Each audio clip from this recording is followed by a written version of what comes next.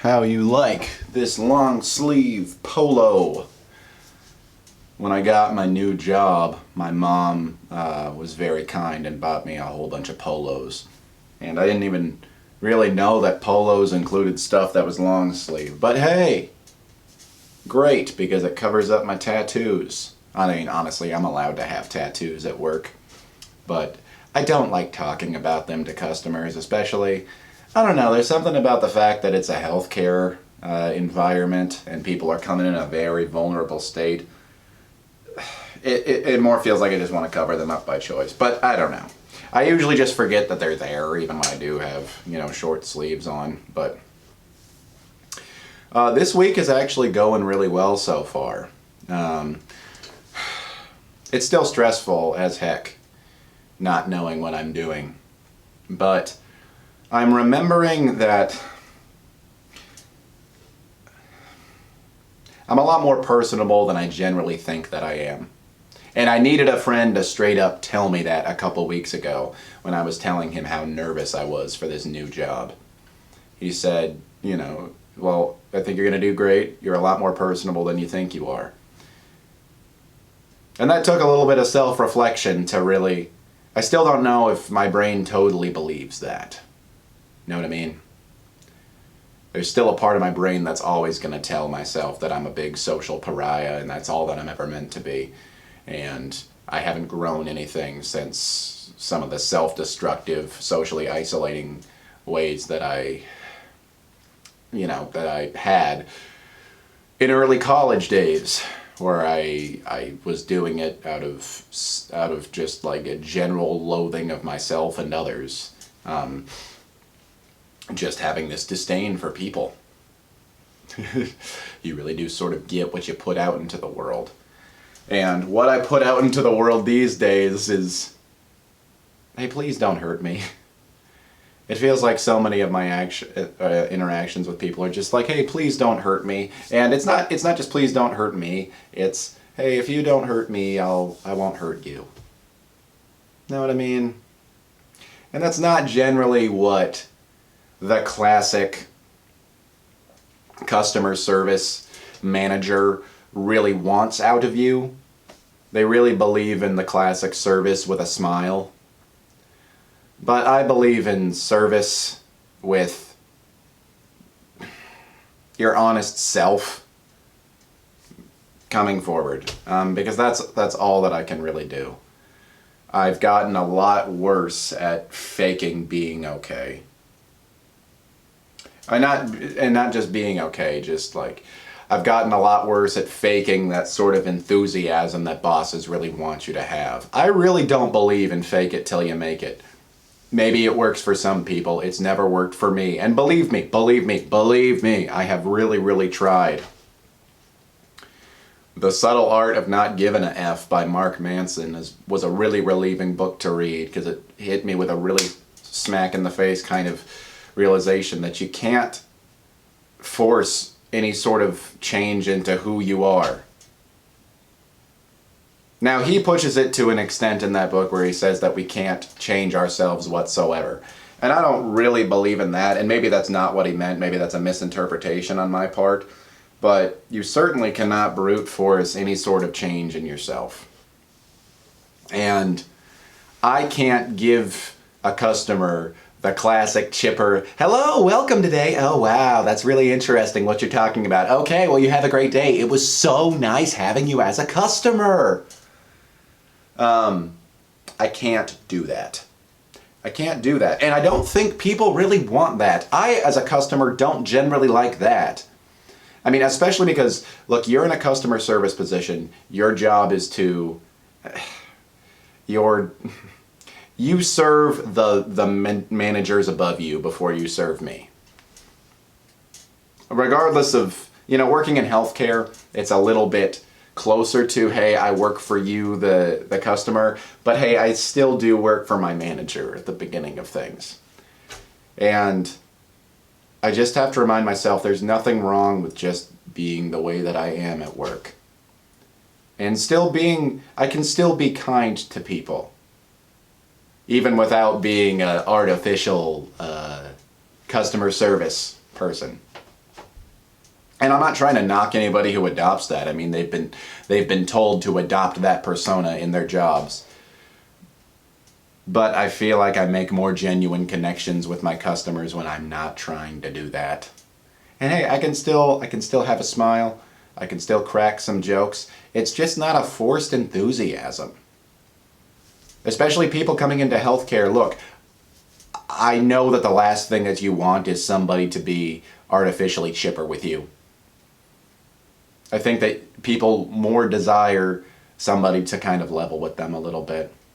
Meet them where they're at. That was a really beautiful principle that was taught to me when I was in RA training, about how to approach a student in your hall that seems like they're not doing so well, is meet them where they're at.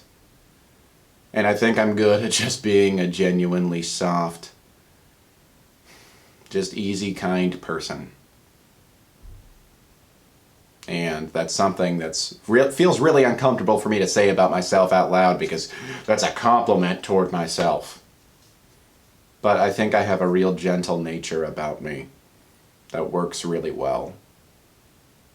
And at least for me, for my performance, works a lot better than... I don't even need to put a name on it anymore. Just, there's this, and then there's this. And the latter, I think, is a lot more effective of a way that I conduct myself. And it feels like it's opposed to all the rules that people tell you in all the books about how to get people to like you. Or how to win over customers and stuff. I hear all the time, don't have a monotone voice. I naturally have a bit of a monotone voice. That's a teensy bit off, you know, but I still feel like it's comforting and endearing. So that's going really well. I'm taking it one day at a time. I had a good day today. And I want to just count those little mini triumphs. I know that it's still going to be a while before I feel like I have any sort of foundation of esteem at this job. And before I feel like people really trust me to do a good job when nobody's there spoon-feeding me what to say to the customer next. Customer is a bad word. Patient. What to say to the patient next. I do like helping people, though. And I do take a lot of enjoyment out of when I feel like I conducted myself well getting somebody checked in, especially if they're there for an appointment that I know is going to be hard on them. Today, I got to wheel a lady in a wheelchair. A volunteer brought her up to the desk to get checked in, but then after she was checked in, she needed to get up to the clinic. So I just took her upstairs, and I didn't force any sort of conversation on her. We just had a little bit of casual talk, and I brought her up there, and I feel like it was meaningful for both of us. And I didn't have to, you don't have to be faux with people, and not every single time that you see them do you have to say, well, I think that you're a great person and I wish you nothing but the greatest happiness in this world. You can just be present with people, and then you don't need to say those things. You just be present with people, and then they can sort of just feel from you that you wish them the best. That you wish them the most painless route in this world.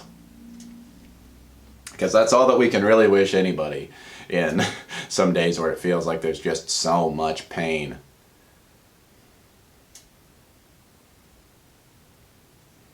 I don't know how to say his name.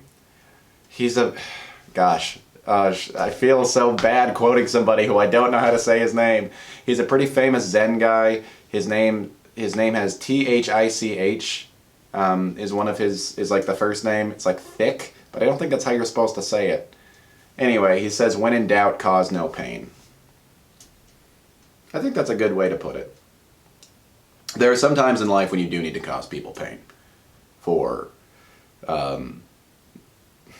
pursuing what you need to in this world. You need to reject a lot of people, or you need to stand in the face of people who are trying to put you down. And in those cases, you do need to cause somebody pain. But if you're not sure about what to do, a lot of the times I would say, yeah, it's probably best to choose the route that causes the least pain whatsoever.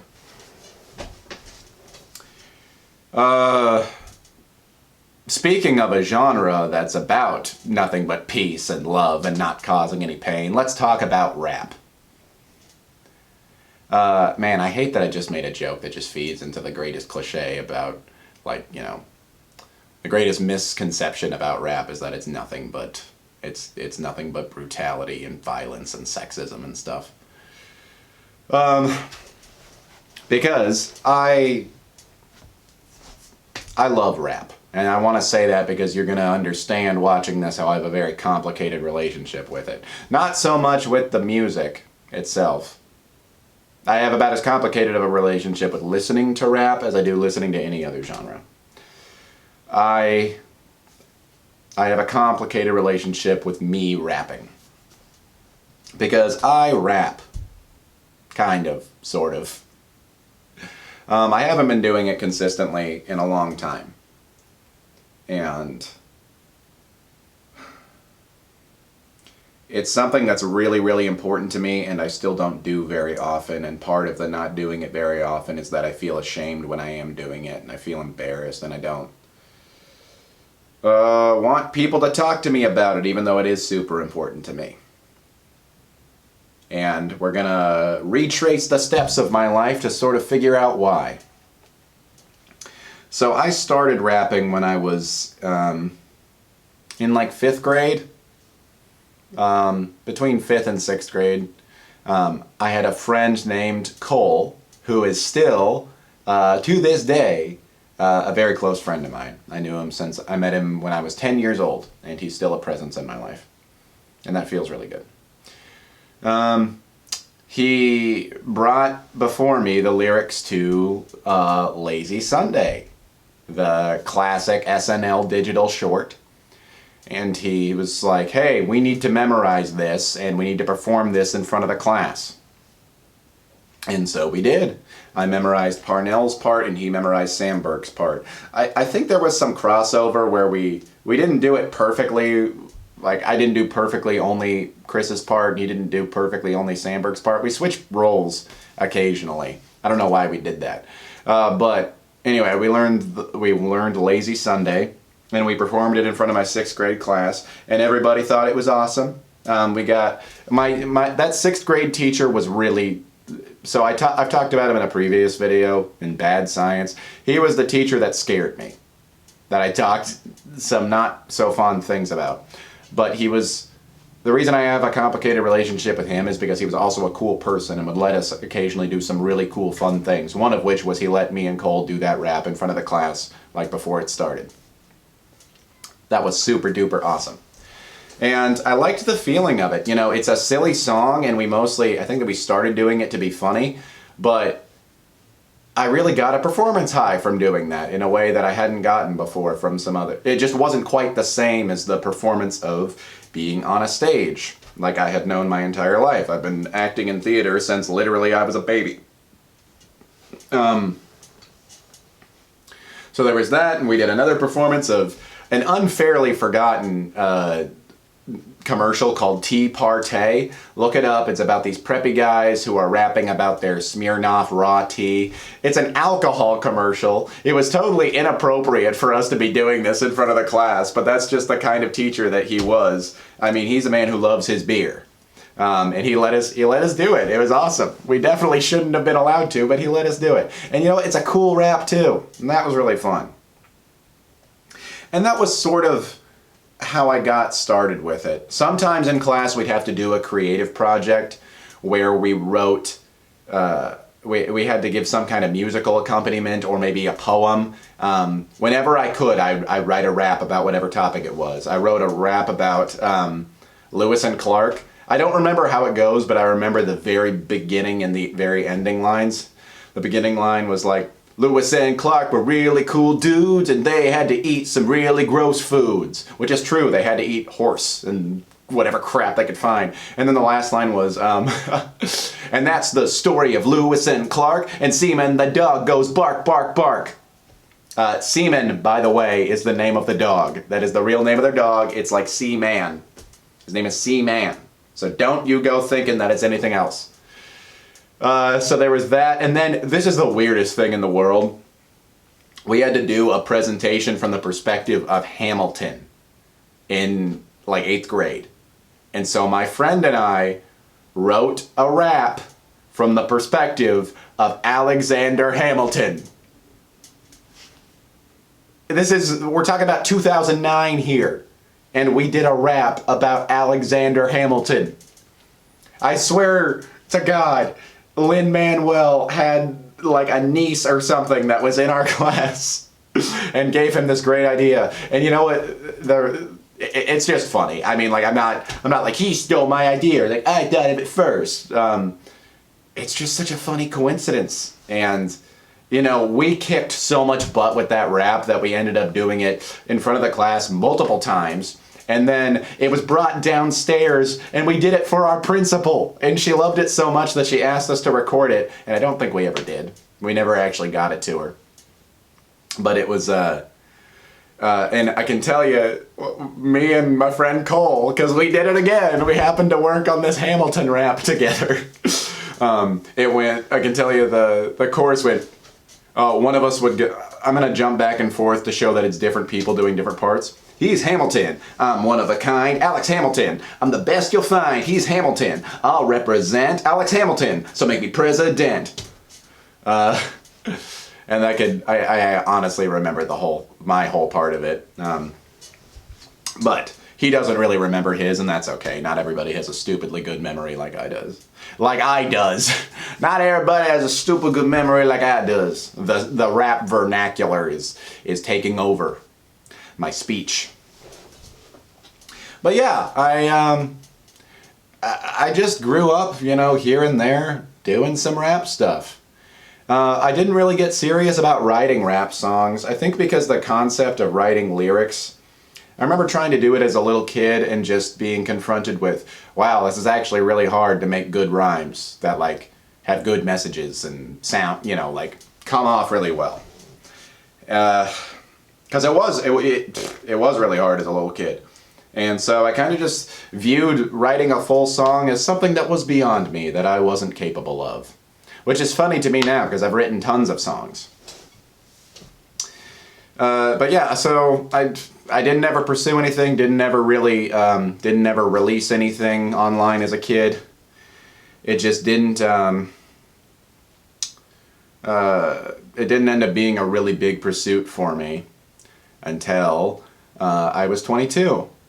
And you know what's funny is that, so I grew up very religious, and I was very Christian. And I don't remember the context for it, but I distinctly remember when I was 11 or 12 saying out loud, like, man, I just hate rap. And it was the genre of rap. And I feel like that's not too uncommon of a thing for somebody growing up to say, you know? People are just, the classic thing that people used to say is, oh, I listen to pretty much everything except for rap and country. I had a friend on Facebook who was like, I listened to everything but rap. That was literally his music. His like music interests, you'd see anything but rap. And that's funny to me now because he actually he's grown and he's listened to a lot of hip hop. My best friend kind of didn't like hip hop for a long time, and we would get into public Facebook arguments about it in high school. And I mean, he's not anyway that one of his favorite albums is To Pimp a Butterfly now. I think it just takes a bit of maturity and a little bit of growing up to realize that, yeah, there's saying that you hate rap is like saying that you hate guitar playing. You know, rap is not really a genre. It's a skill. It's a proficiency. A song with metal guitar in it is not the same as a song with folk guitar in it, even they're both playing guitar. Even if it's like folk rock, like it's also playing electric guitar. You wouldn't say that those are the same genres. Oh yeah, Jackson Browne is totally the same thing as AC/DC. That's just not how that works. And you become smarter about that stuff as you get older. And, I mean, regardless of being smarter, you just, I feel like everybody just gives in to the pure enjoyment that rap offers you as they get older. because it does offer a lot of enjoyment. And now is where I transition into what is the bane of my existence these days. What I really want everybody in my life to just completely forget about. I feel like a lot of them have forgotten about it by now, to some degree.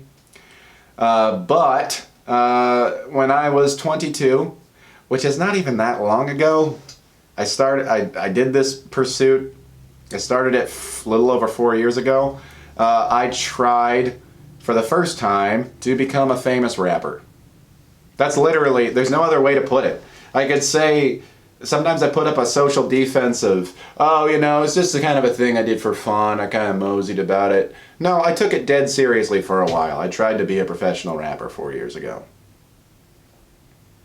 And it's very cringy for me still to say that, even though it's a thing that if I could get famous for rapping, like if that was the main thing out of all my talents, like if rapping was the thing that got me famous, I would totally love that. Like I would get, you know, I would leap at the opportunity.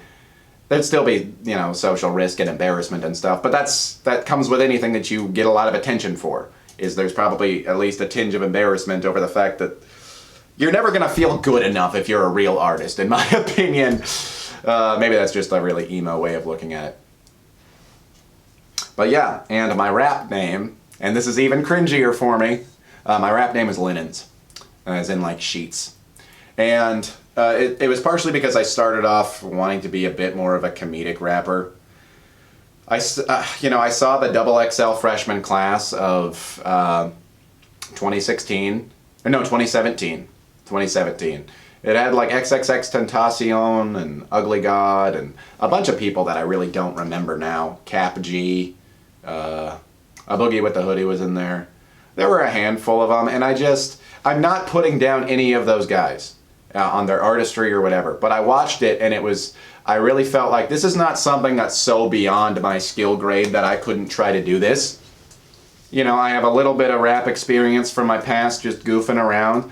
I can write some bars, you know, and I saw it like right as the summer was starting, as my college school year was wrapping up. I was like, hey, I could really do this.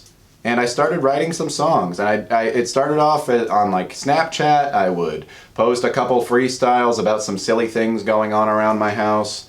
And man, then I just announced to the world, like on all my Facebook friends, so everybody got to flip and see it. I told everybody, hey, I'm going to be releasing a mixtape. And overwhelmingly positive response. People were super cool about it. Over 100 likes, which was a ton for me. And you know, then I made an Instagram. It was called So Fresh Linens, and that was my name, was Linens. And every single day for 100 days, I posted 8 bars of rap. And the topics of them were determined by, I just asked people to send me requests. And so I did. And so they did. Honestly, my friends were really supportive of it. Whether they thought it was good or not, or whether they were like, yeah, he's flipping embarrassing himself, or they're like, wow, this is a really cool thing and I hope he finds success. I can't read people's minds, and I tend to just assume very negative things. But people sent me tons of requests, and I was on it. I posted 8 bars every single day, and you know, that went on for 100 days. It was called Today's 8.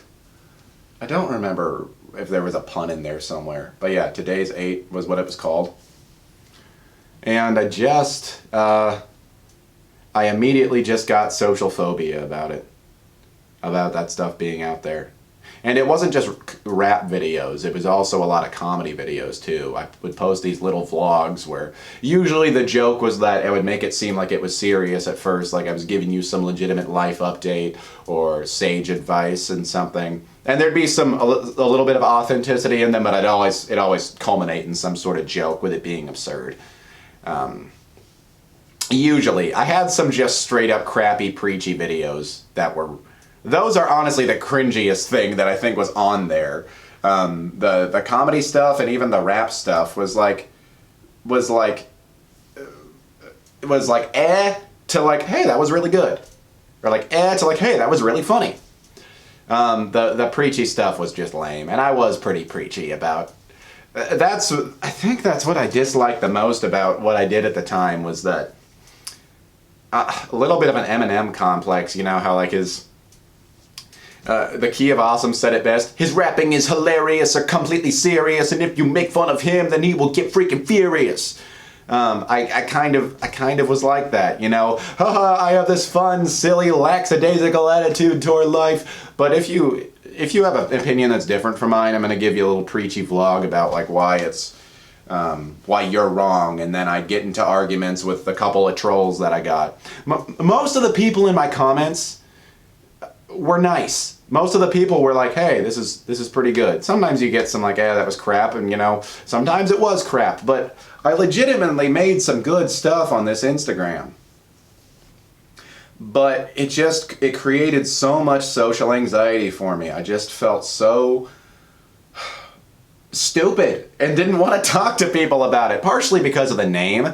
I still wonder to this day, had my name just not been Linens, right? Had I just gone by Joe, you know, or my moniker now is just Joe's Around, mostly because that was just my Instagram handle, and it just became a nice little catch-all for all my social medias. And I like Joe's Around too. I like that it sort of separates me from the project. I'll talk about that more later. We're not talking about Joe's Around, we're talking about the first incarnation, which was Linens. God damn, just saying it out loud is just embarrassing for me. And I feel like it's so good for me to talk about this thing that's super embarrassing for me and just get it right the heck out. I have to remind myself too, like, I didn't hurt anybody doing this. I made some dumb life decisions while I was pursuing being a rapper. But it didn't... Some people have to talk cringily about how 4 years ago they cheated on their wife, or they had a DUI or something like that. At least I didn't do anything that terrible. But it's still just very embarrassing to me, and I still would rather people not bring it up to me. It's kind of this little dark spot on my past. And I wish that I could just let myself be resolved to it, you know, let myself just come to peace with like, hey, that was your first venture, and it just didn't turn out completely well. Let's talk about how it did turn out. What happened was I ended up deleting this Instagram after like I said, 100 days grinding the heck out of it, posting every single day, twice every single day, a rap video and a comedy video. Varying quality, but I was grinding, man, and I built up a little bit of an audience, partially from being a spam account. I mean, I did the classic follow a bunch of people, see who follows you back, unfollow the ones who don't. I had it automated. I subscribed to this service that would do it for me.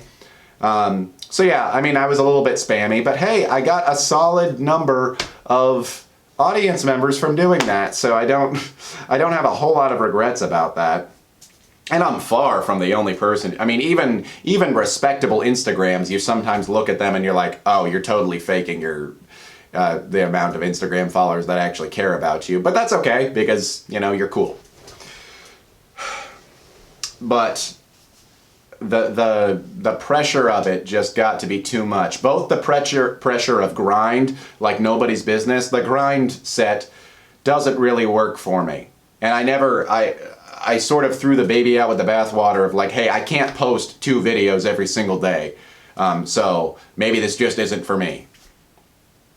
After that, I tried posting like 3 times a week. That sort of fell to the wayside. Just once a week, once every other week. But my heart just wasn't in it anymore. And I still wonder if that was just a crummy excuse for like I didn't want to try hard anymore. You know, I had tried hard and I had run myself into the ground. And I lost my love of it too. From rapping, I decided to socially isolate. Because I didn't want any of my friends to talk to me about it. So, hey, you can't talk to you about it if you don't have friends. I really socially isolated for a while because of it. And sometimes I feel like if I were to go back to doing that, I would have no choice but to feel, you know, like I would have to socially isolate again. Which is kind of dumb. But I still understand the mindset of shame. And just yeah, embarrassment. Embarrassment. That's the biggest. I marked on here for 10 minutes, apparently. I'm going to just straight up talk about the embarrassment related to rapping. Because it still just feels like, I don't even want to talk, the word rap sometimes makes me cringe when I say that I'm rapping or I rap. I don't want, I don't want anybody to ever talk to me about it. And it's funny because like I get annoyed with people even when they're friendly with me about it. You know, they come up to me and they're like, "Hey Joe, how's the rap thing going?" You know, and they're my friend and they're supportive and everything, and I just feel infuriated that they even brought it up. It's like I want to keep rapping and I want to keep posting my raps. And at the same time, I want nobody to ever mention it to me. And God forbid, I mean, that's what happens when my friends are doing it nicely. If people are making fun of me for it, I just take it super personally. And I honestly have stopped. I had one friend from a while ago. I was one time doing the Rap God verse, like the Samalama Dumalama you Simanami human, what I gotta do to get into it, I'm superhuman. And he like heard me doing that, and he like cut me off. He's like, stop, you're so white. And that was right before I started getting like really serious about this. And I stopped talking to him. And I've never really, I reached out to him and kind of explained to him why I stopped talking to him. And it wasn't just because of that, but that was one of the reasons. And we'd never really gone back to being friends since then. So it's like, if I'm going to get mad at you for being supportive, imagine how mad I'm going to get at you for like mocking me for it or making fun of me for it. I was seeing a girl earlier this year who, I remember one time her just being like, I don't remember how it came up in conversation. She's like, "Oh, that's right, you're a white rapper." As if like my skin color always has to precede anything related to my inspiration in it or what I'm trying to accomplish with it or just anything about it. I mean, it's an honest expression of who I am. And it's always got to have to some people at least, it will always be preceded by my skin color. And look, I'm not trying to play some hokey white boy by Tom McDonald kind of thing. I'm not disadvantaged. I'm very privileged in being a white man. Screw anybody that says white privilege doesn't exist. Shut up. Shut up. And especially white victimhood. Like, just shut up. He says as he victimizes himself for being white. But the thing is, you know who has never like made fun of me for being a white rapper? Like, not a single black person I've ever met has ever made fun of me for being a white person who raps. It's literally only other white people. Or like, more than making fun of me, tries to put some shame on me for it and say I'm appropriating. I've literally only ever heard that from white people. It's literally only, and that is the Northwest for you. That's the Northwest for you, the little woke heads. The little PC and knots. That was not clever at all. But yeah, there's still just so much embarrassment around it.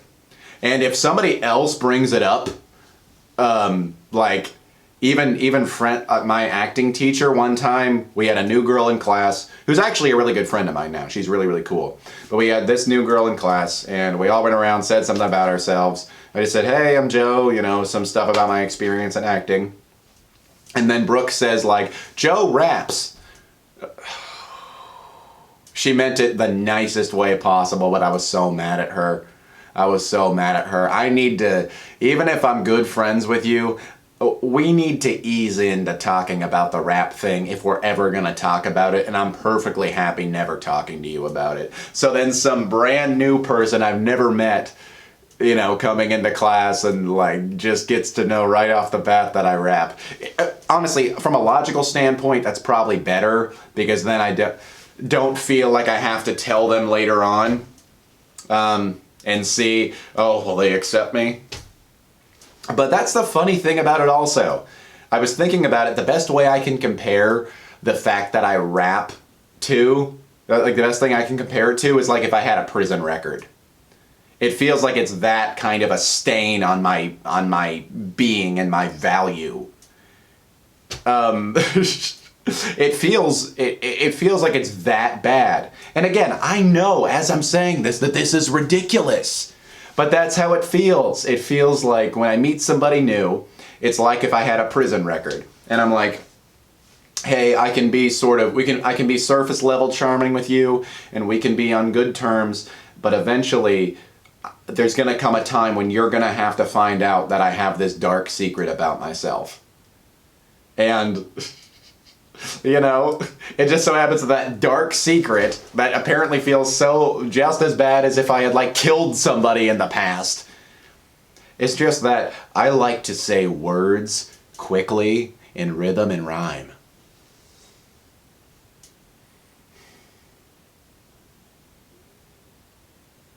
Yeah, I mean, there's really nothing that anybody can say to me that, like, there's no insult that people can really give me anymore about rap that is really gonna hit me that hard. I don't think. It's just, I mean, that's really easy to say, but the point is, I say so many horrible things to myself about it already.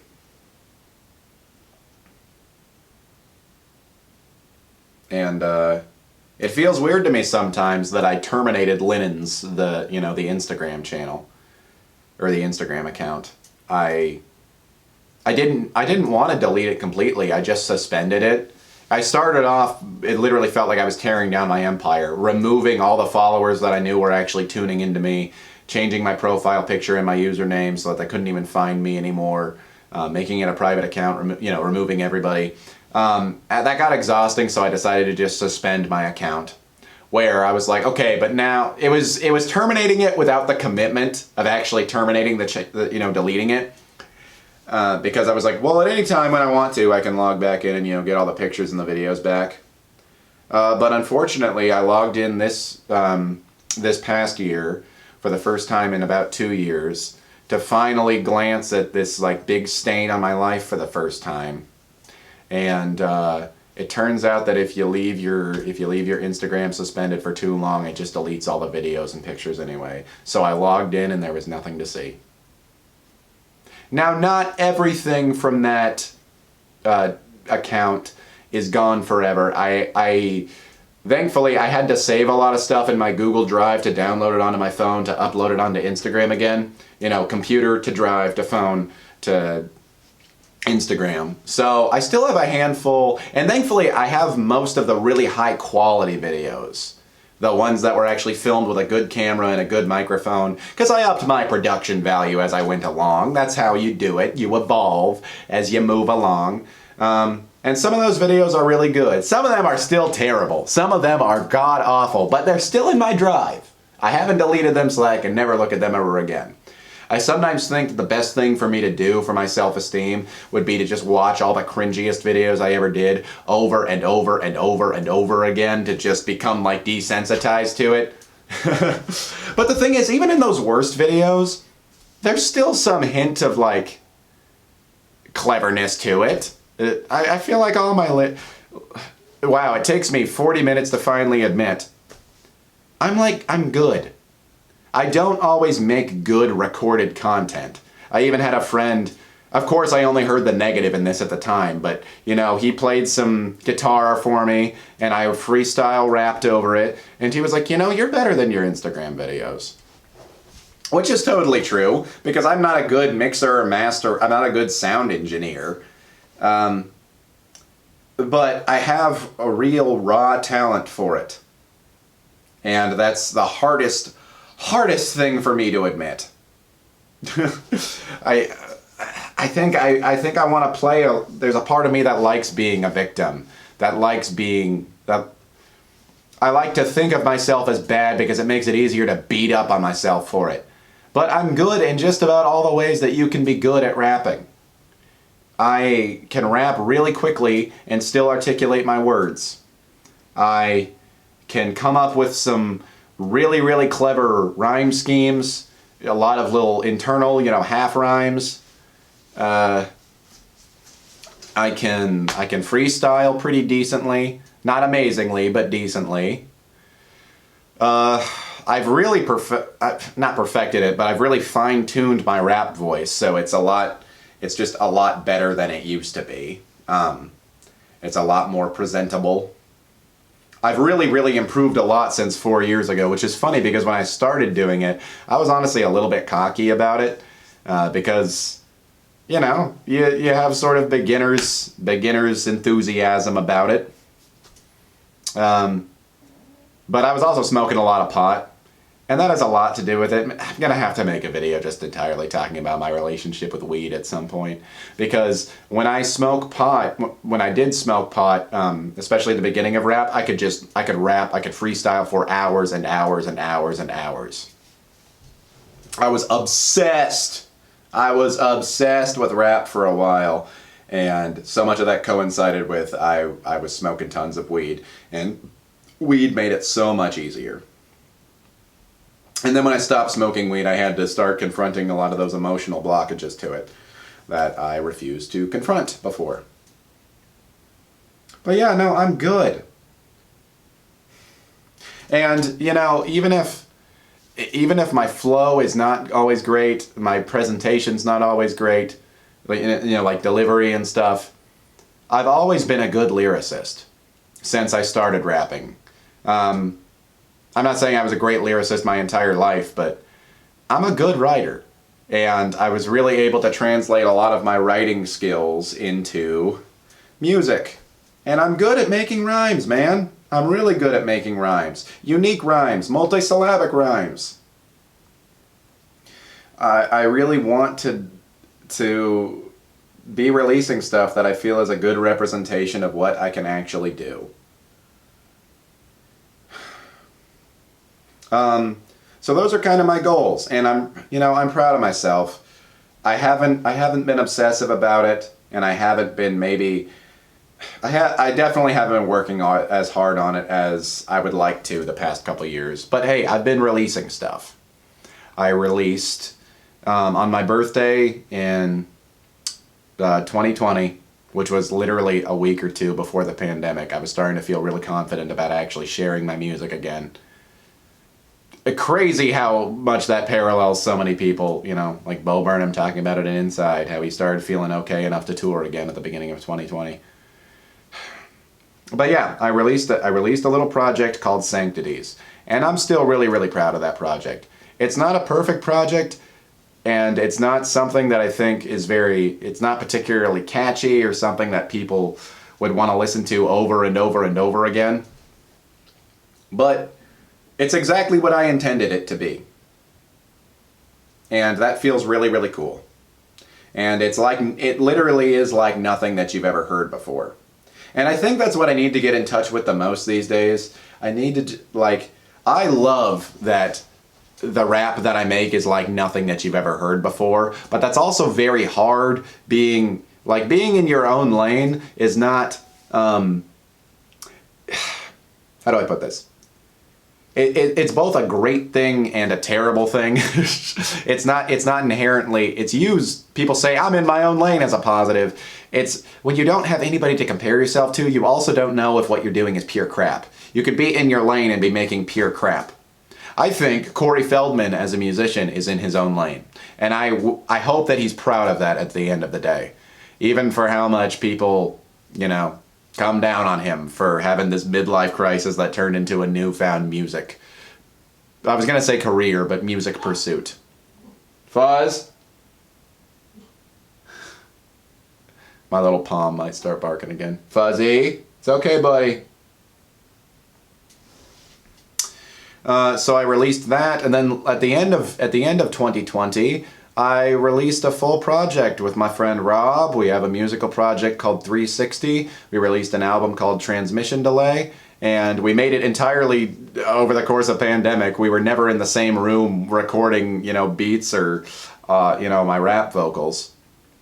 And we released it. It's a full album where I rap on every single song. Again, two mixed results. You know, there are some songs on there that are really good though. Some that aren't very good, but some that I think I did honestly, I think Rob did a great job on all the songs. His instrumentals. But, you know, it was an experimental project, and I experimented very far in some directions, and they didn't always pan out super well. But some of them really, really did. And I'm really, really proud of my lyrics and my flow on some of those songs. And my delivery.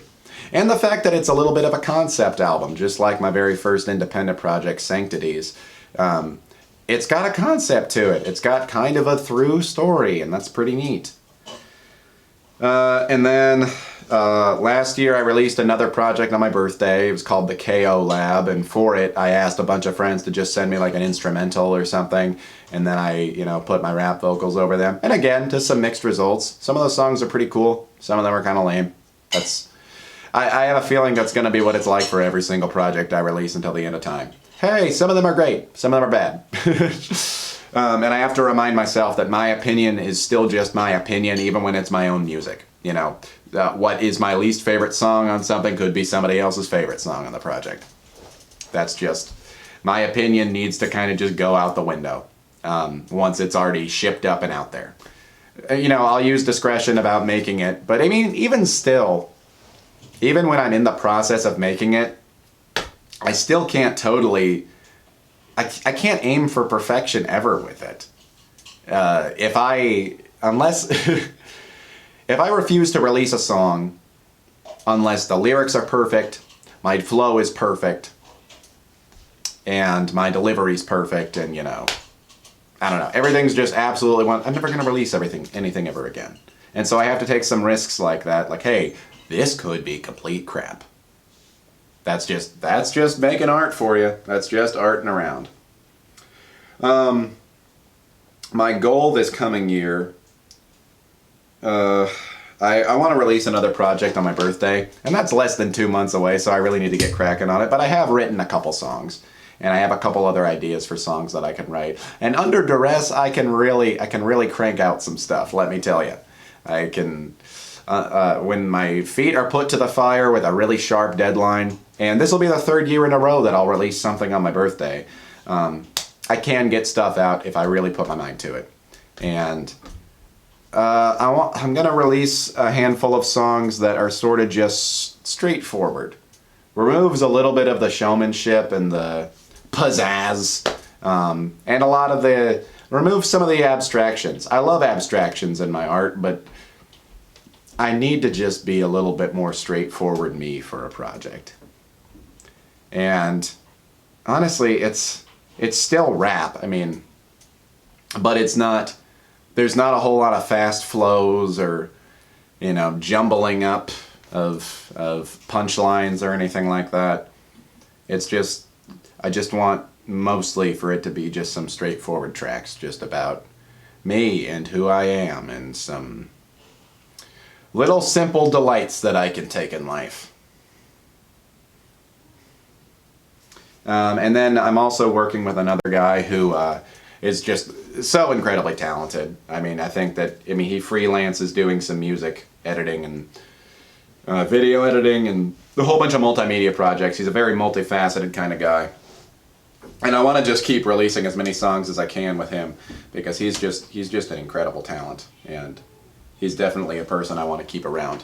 But with him, we very much talked about a few months ago, like, what's your main goal? Are we trying to do an album, a mixtape? He's like, let's take it all one song at a time. And that was very relieving to me. Just one song at a time. But more than anything, I just want to be able to advocate for what I do. And that doesn't mean that I need to mention the fact that I rap every time I'm in conversation with anybody. And, I don't need to go to another extreme, but I just want to be able to, if it comes up in conversation, oh yeah, I rap. Yeah, and here's a link to my SoundCloud, Bandcamp, on Spotify now, so SoundCloud's kind of becoming inept. But it's been really, I think the best thing about getting into an art form that I still don't feel like I fully belong in is that I've become a lot less judgmental about people pursuing that. Sometimes it swings the pendulum swings the opposite way, where I get hyper judgmental of somebody willing to pursue their musical ambitions, because gosh, if they have the power to do it, why don't I? But when I am doing it, I really I just release a lot of my judgments toward people. I'm like, dude, you have every bit as much right to make what you're making. I don't have to think that it's good, but I mean, I do have to have respect for you for even making it in the first place. It's awesome. There's so much social risk. It's scary. It's scary making stuff and then putting it out there and advocating for it, especially when you're not sure all the time if you're even good at it. That's really, really cool, dude. Like, best of luck to anybody out there that is making what they want to make. I won't necessarily be an audience member, but I'll be cheering you on. I'll be hoping for your success. At least the highest consciousness, like, part of me. There are some low consciousness days when I'll still go back to being critical and crappy. But you know, that guy who does that also hates himself. So really, he's the one that suffers for it. Part of the reason why I needed to go through my little Instagram rapper journey, like why I felt the need to really unload right now, is because I'm about to take some more pursuits, both in rap and just in general, being a presence on social media again. Because I talked about it before, me and my friend are talking about really getting serious about putting out little short films and comedy sketches and, you know, little YouTube short, TikTok kind of stuff. And it's going to be really haphazard. We're going to try a lot of things. We're going to do a lot of stuff that doesn't work and that we don't even like a week later. And I don't ever want to get that sort of bitterness toward it that I do for my history as an Instagram rapper. I don't ever want to feel that jaded about, I don't know, just about pursuing what you want to pursue and trying stuff. I don't ever want to get jaded about trying stuff.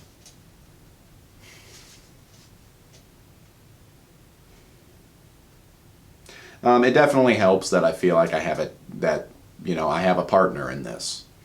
Well, you know, we're putting together a little bit of a team, but I mean, he's the main guy that I'm putting a lot of trust into, because he's shown that he's a very trustworthy guy, and he's very dependable, and he's very respectful, and he's very genuine with you. I'm never gonna have any worries that he's telling me that he thinks something's really good if it's not. I mean, even if we make something and we're willing to put it out, if he doesn't think that it's good while we're putting it out, I mean, he'll just say that. And he hasn't really done that yet, but I just know that about him, because that's just the kind of person that he is.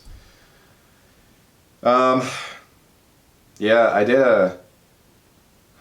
did a song that's gonna be on my upcoming project in front of my class at the end of October, and it was very, very cathartic to just say to the whole class, like, I'm just so ashamed and embarrassed at the fact that I rap, and it puts this barrier between me and people because I don't want them to ever talk to me about it, even in a nice way. And then I did the song, and I couldn't even open my eyes while I was doing it. I was just so in my feelings. Kiki, do you love me? And it was embarrassing. I mean, it was still embarrassing doing it in front of the class. It was still really embarrassing, and I have no idea if I did a good job or not, because I can't step out of myself and watch myself. And nobody talked to me about it afterward. And I think partially because I made it very clear from my prologue, like, I really don't want you to talk to me about this. But I'm still wondering just like how the class perceived that, and if they were like horribly uncomfortable by it. Because I wouldn't blame them. I mean, I was having kind of an emotional breakdown doing this song. And it's a song about how good it feels to just sort of let yourself cry and just let it all out. And that's not something everybody's going to be, that everybody wants to listen to or be a spectator to. But I am happy that I had my acting class as a place to do it, even for how much it... That was the whole point of what my teacher had us do. She said, it was right before Halloween, she was like, bring in something that really scares you to do. This isn't a talent show, this is you're doing something that really freaks you out. And it did freak me out. There's a part of me that wishes I had opened my eyes while I was doing it, though. I couldn't face the class. I couldn't do it. I wonder if it made them more or less comfortable with me having my eyes closed. I don't know.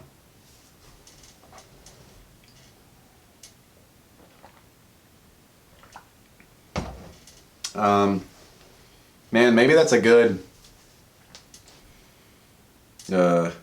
some good symbolism I can't quite articulate right now after almost an hour of talking, like right before I go to bed. But maybe that's a good symbol for a little representation of how I view the world with regards to my performance. Is I really want to be in front of you doing it, and I want you to see me, but I don't know if I'm going to be able to look at you.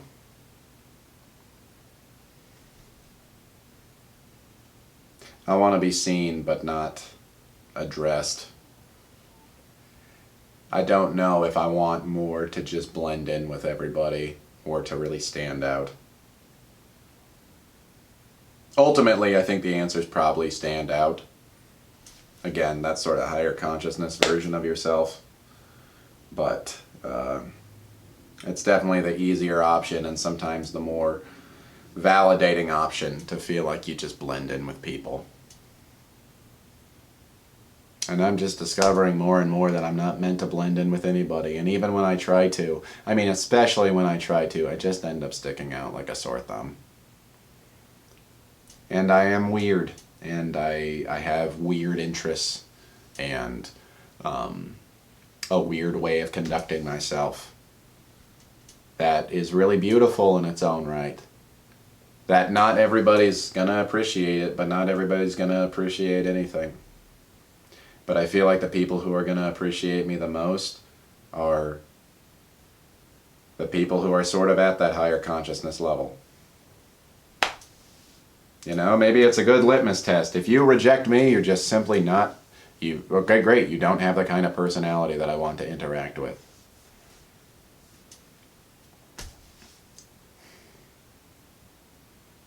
There's a real natural chemistry that you find with the people who understand you. And you just know it. You just know it when it's there. And you can't fake it and you can't force it with people. And I know that because I've tried. I've really tried to force that chemistry with people. But I can't reject any part of myself anymore. And one part of myself, and some times in my life, a very huge part of myself, is the fact that I rap. That's a big part of me. And I've tried to reject so many parts of myself, including, like acting, which I've been doing my entire life. Performance, art, creating in general. I've tried to just set it aside and not have it be my thing, or even a thing. And it just won't ever work. It just won't ever work. And it's a wonderful book, The War of Art. You should read that book. It is the artistry Bible, in my opinion. He says that the wonderful thing about resistance is that it's like a compass. It points directly at what's most important to you. And I have so much resistance to creating and performing and advocating for my art. And that must mean that it's pretty darn important to me.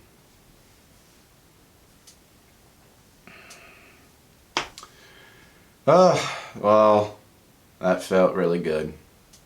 And now I'm going to go to bed.